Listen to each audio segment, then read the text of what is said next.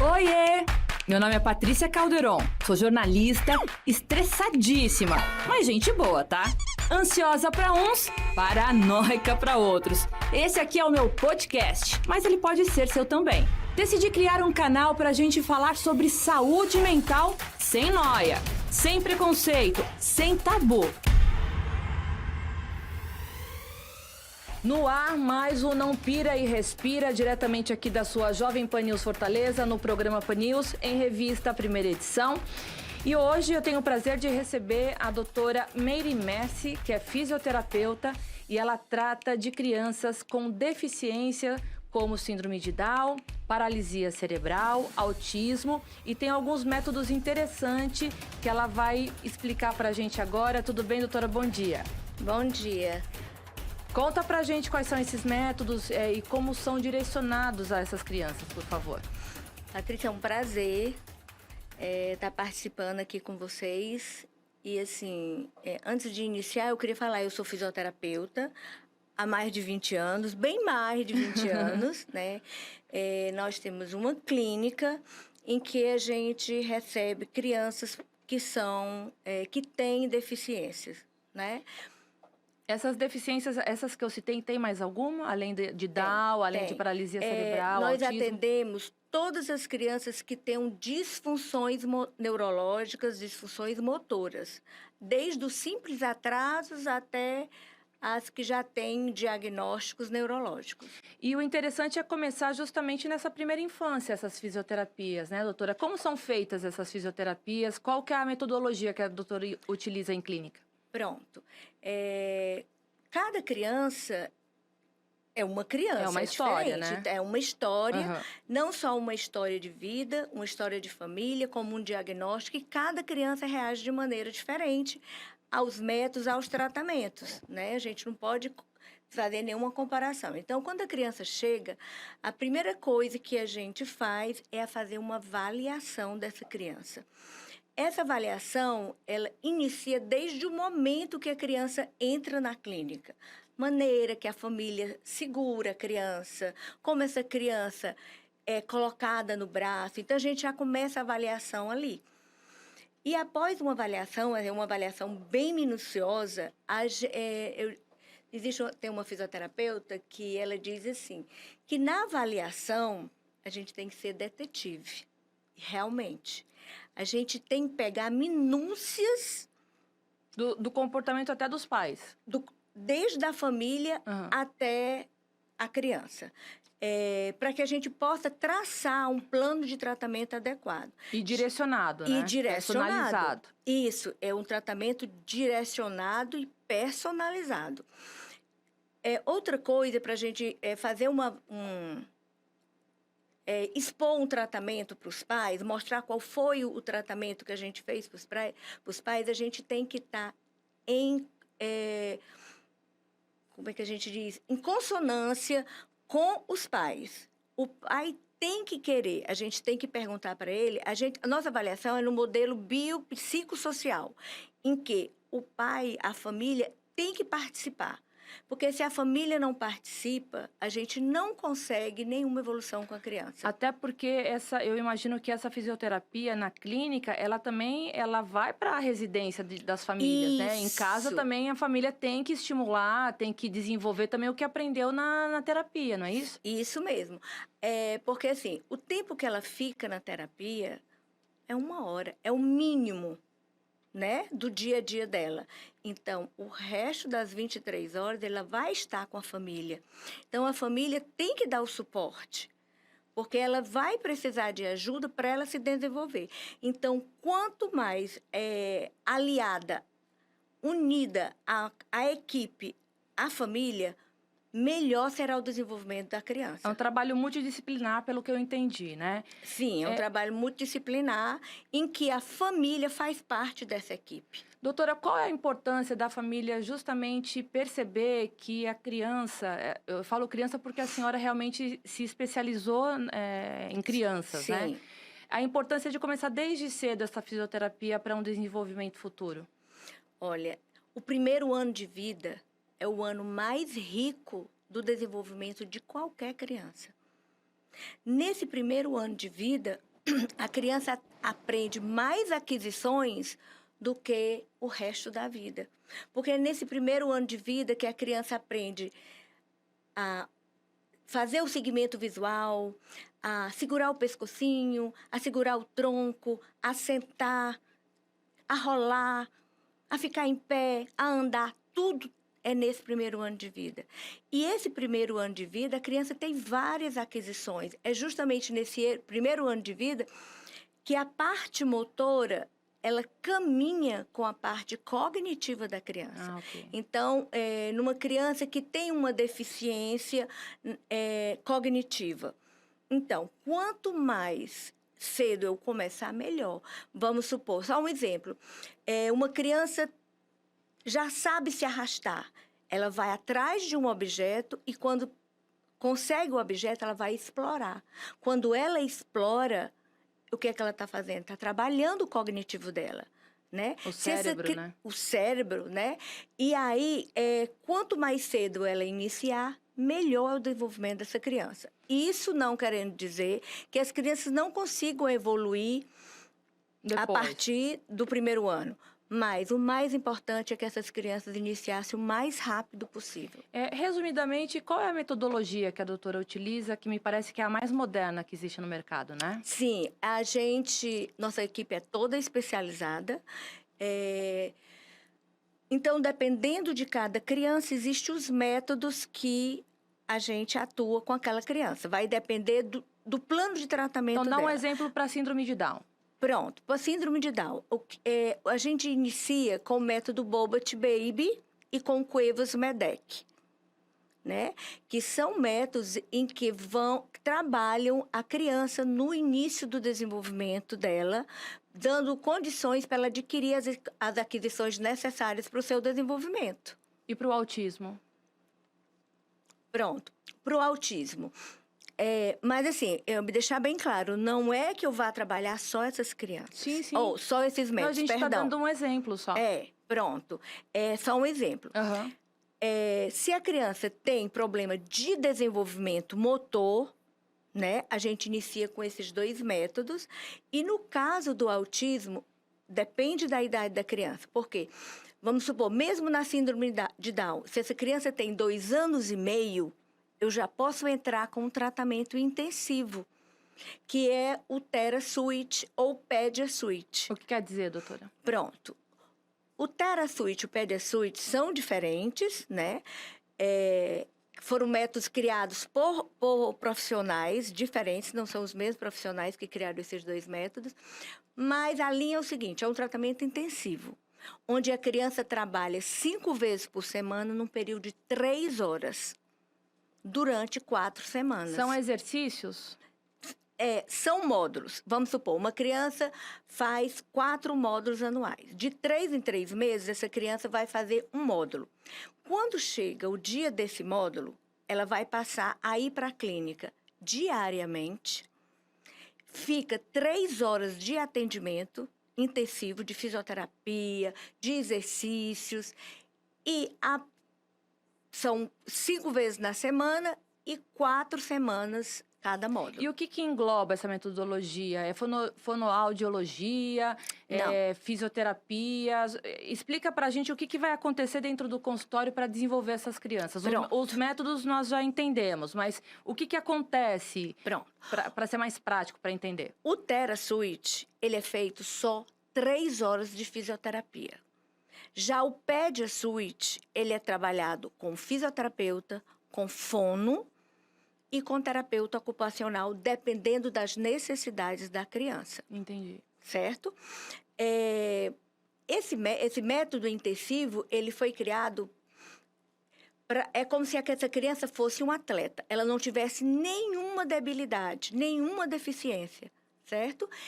E que ela estivesse, durante esse módulo, trabalhando para fazer parte de uma competição. Quando um atleta vai participar de uma competição, como é que ele trabalha? Ele faz um trabalho árduo. Todo dia ele vai estar lá com o seu treinador e tem que conseguir se superar, não é assim? porque ele vai participar. Ele tem que ter uma boa alimentação. Ele não pode chegar, na época do módulo, tá indo para Beach Park, passeando. Não, ele é um atleta. Ele tem que estar concentrado para esse tratamento, que são 4 semanas. Deu para entender? Deu sim. Agora, quais são as evoluções, doutora? O que a senhora percebe na evolução de uma criança que pode começar a partir de quantos meses? Esse método intensivo, a partir de 2 anos e meio. 2 anos, tá. O anterior, pode começar a beber? Beber. A diferença é essa. Tá. O Cuevas, o Bobot Baby, o Samarão Brandão, são métodos que iniciam com o bebê cedinho, eu com falei 1 mês bebê, de vida. Eu falei bebê, mas 2 anos ainda é um bebê. O que eu quis dizer é o seguinte, então, a partir de 1 mês já é possível fazer os outros métodos, né? Sim. O que a doutora percebe no consultório em relação à evolução com a aplicação dessas metodologias? Como que a criança entra e como a doutora vê a evolução aí no decorrer dos meses? Pronto. É rápido, é devagar, é lento? A evolução depende, como eu falei, depende da ajuda da família, depende da família estar alinhada ao terapeuta. Vamos supor, a gente vai querer que a criança role. Então, a gente orienta os pais a fazer aquilo ali, entendeu? Então, vai precisar muito que os pais cooperem. E quanto assim, a gente vê, vamos supor, os métodos intensivos, eles dão um up no desenvolvimento, né? Uma coisa que eu poderia conseguir com 6 meses, eu consigo num módulo, né? Porque é um tratamento intensivo onde há repetição. Eles usam umas roupas que são roupas diferenciadas, tipo um exoesqueleto, onde a criança é totalmente alinhada, o mais normal possível, a sua postura. Vamos supor, ela tem ligas, que liga, ela é composta de um capacete, um colete, um short e uma bota? E uma botinha, pronto. E aí, essas roupas são interligadas por ligas em que, vamos supor que uma criança tenha uma postura para a direita, caído mais para a direita. Então, com essas ligas, a gente consegue posicionar a criança o mais alinhado possível. Entendi, perfeito. Entendeu? Então, essa seria mais a parte motora, né? Sim. Aí, a parte cognitiva, dá um exemplo. Não. A parte cognitiva, ela vai muito com a parte motora. Já caminham juntas? Caminham juntas. Ok. Se eu tenho condições de me arrastar, de engatinhar, eu vou ter condições de explorar. Se eu exploro, o meu cognitivo se desenvolve. E o próprio cérebro manda esses comandos também para o restante do corpo, né? Justamente. É onde existe aí, por isso que o mais cedo possível, onde há a maior neuroplasticidade do cérebro, né? Não dizendo que depois disso não existe mais neuroplasticidade. Existe sim. A gente tem a neuroplasticidade até O que é a neuroplasticidade? Idoso. É a capacidade que o cérebro tem de emitir respostas, de crescer, de evoluir. Doutora, por que a senhora quis direcionar o seu trabalho para crianças e crianças com deficiência? Onde surgiu essa vontade quando a doutora escolheu isso como profissão? Conta a Sabe história que é a pra minha gente. vida, né? É a minha vida. Eu digo assim, que existe uma diferença. Eu tenho os meus filhos e eu tenho as minhas crianças. Eu sou, assim, apaixonada por elas. Eles estão na minha vida 24 horas. Eu, assim, se tiver algum profissional escutando, né? Eu sou assim. Eu já tive, inclusive, neuropediatras que dizem, Meire, amadureça. Mas não tenho mais nem idade para amadurecer. É que é muito apego, né, doutora? É demais. Mas isso... Não, de segunda a segunda, essas crianças estão comigo na minha cabeça, sábado e domingo. Assim... Mas eu acho que é positivo, doutora. Eu vou dizer por quê. Porque a medicina, ela já trabalha os profissionais para serem mais frios, né? Eu acho que o médico empático, ele é o diferencial. Eu digo isso porque eu tive meu pai que ficou doente, ele teve um tumor cerebral. E num momento momento desse, a gente precisa realmente de médicos ao redor que também tenha esse trabalho de empatia e trabalhar todo o contexto familiar, né? Porque senão a gente enlouquece. Eu imagino que a doutora deve ser a madrinha de todas essas crianças que as mães querem você do lado toda hora, né? Porque realmente a empatia, eu acho que é a cereja do bolo em qualquer tipo de tratamento, é minha opinião, né? É assim, muita gente acha que não é certo, né? Se apegar. Se apegar tanto assim. Porque realmente eu entro muito na família, sabe? Eu brigo, desde a babá, o pai, a mãe. Porque, assim, a partir do momento que veio para mim, eu me sinto responsável. Uhum. Então, assim, eu acho que cabe a mim dizer, olha, isso não está certo. E cabe a você, pai, mãe, né, cuidador, Respeitar esse comando, claro. respeitar o comando e, assim, a decidir, né? Quer continuar? É desse jeito como eu quero, né? Porque a doutora que é profissional. Não que a doutora vai impor alguma coisa, Não, mas está não. direcionando. Eu quero. Que é o meu melhor.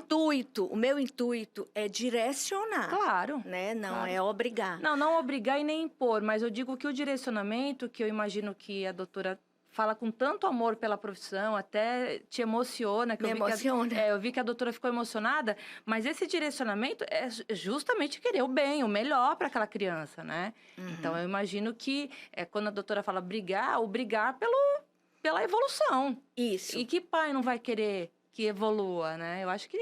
Pronto. Então, eu fiz um curso, que foi o curso do Samarão Brandão, que aí foi o meu divisor de águas. Eu fiz com o próprio criador do método. Como que é o nome, doutora? O nome do tratamento, do método, é Samarão Brandão. O que quer dizer? É o nome do criador do método. Mas que método que é? Pronto, é um método de tratamento precoce. Foi ele que iniciou, que ele viu que quanto mais cedo, ele dizia assim, se possível antes dos 5 meses, né? Onde as coordenações sensório-motoras de mão ainda já devem estar preparadas. Então, se possível antes dos 5 meses. E aí, com esse curso, simplesmente eu me apaixonei. Na época, eu trabalhava no Hospital Infantil Albert Sabin. Passei 19 anos, saí porque eu tive um CA de mama. E com esse trabalho, na época era a doutora Ana Maria Cavalcante, que foi secretária de saúde, que era... Ave Maria, agradeço muito a ela. Eu fui a única fisioterapeuta que tinha uma sala sozinha. E eu fazia as minhas horas, porque eu dizia assim, eu não vou trabalhar aqui. Se for para atender 10 crianças, em 4 horas, eu não atendo. Porque eu não vou fazer isso, não vou fazer o legal. Então, a doutora não queria linha de produção, queria qualidade, qualidade. Né? Não produção, qualidade. E assim, eu achei muito legal a doutora Ana Maria Cavalcante ter comprado o meu trabalho, claro. Né? E ela aceitou, ela podia muito bem não aceitar, né? Mas é isso que faz o diferencial, né, doutora? Pois é. E aí eu coloquei a minha clínica e... Eu vivo hoje em dia, minha vida são as minhas crianças. Ó, quem tá ouvindo a gente aqui, o olhinho da doutora brilha quando ela fala dos bebês dela. Tem crianças até quantos anos que a doutora atende? Pronto. E a gente iniciou só com crianças pequenas, né? E depois eu não conseguia soltar. E hoje em dia eu atendo até a adolescência. Até os adolescentes eu atendo e tem... adolescentes que dizem assim, Tia Meire, quando você vai me aposentar? Porque você quer realmente... E assim... Eu vou chorar junto, doutora. Não. Mas o choro é de alegria, de satisfação. Eu entendo que a doutora fala com a alma, fala com o coração, fala com paixão pelo trabalho. Isso é lindo de se ver. Mas é lindo. Eu amo minha profissão também, então eu entendo perfeitamente o que a doutora está falando. Quando eu venho aqui para poder... colocar minha voz aqui nesse microfone, eu quero ser um instrumento também, né? Um instrumento de informação, um instrumento de troca de ideia, de trazer uma especialista como você e para quem está me ouvindo entender que isso pode ser interessante para quem está do outro lado. Então, eu também me identifico sendo um instrumento, né, na minha profissão. Então, eu amo também o que eu faço. E entendo perfeitamente essa tua emoção, porque emociona mesmo. A gente trabalhar com o que se ama, com o que se gosta, não é trabalho, né? Então, é uma bênção. Não é trabalho. É uma não bênção. É trabalho. Então, assim, como a clínica cresceu, eu não posso mais atender a todos. A todos eu atendo. Mas, cada dia eu passo por um, entendeu? É uma supervisão. E, assim, quando eu sento para atender, que eu termino, todas as vezes eu digo, meu Deus, obrigada. Porque eu acho que não existe uma coisa melhor na vida do que a gente saber por que a gente veio ao mundo. Exato, para ter Entendeu? uma missão. Eu tenho certeza que a minha missão é essa. Com certeza. Porque eu não sei fazer mais nada. Com certeza. Eu não sei cozinhar, eu não sei fazer nada. Nada. Que Entendeu? missão linda. Assim, e a cada dia eu quero aprender, sabe? Sempre estou aberta para qualquer profissional que queira, Meire, faça isso, faça aquilo, vivo à procura. O que eu puder ajudar as minhas crianças, eu faço. Amém. Já deixei minha mãe doentinha, né? Claro, hiper preocupada, acompanhando pacientes para Estados Unidos, para tudo que você possa imaginar, né?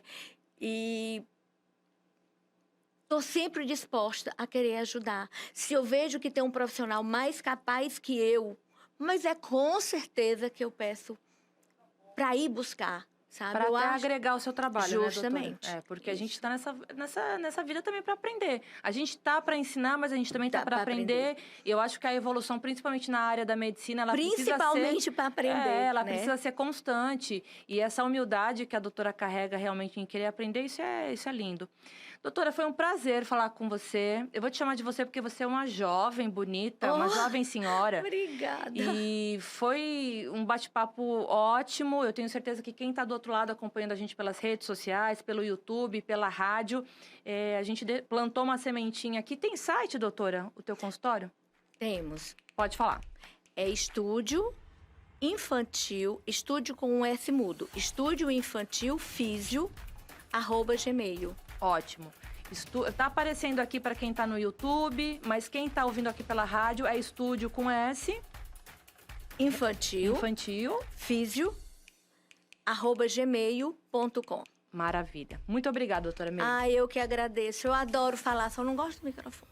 Mas eu adoro foi falar. Ótimo. Para você que acompanhou Não Pira, Respira até aqui, meu muito obrigado. A gente se vê sexta-feira que vem com mais um assunto aí sobre saúde mental. Se você tiver alguma sugestão, manda aqui pra gente. A gente se vê. Até lá.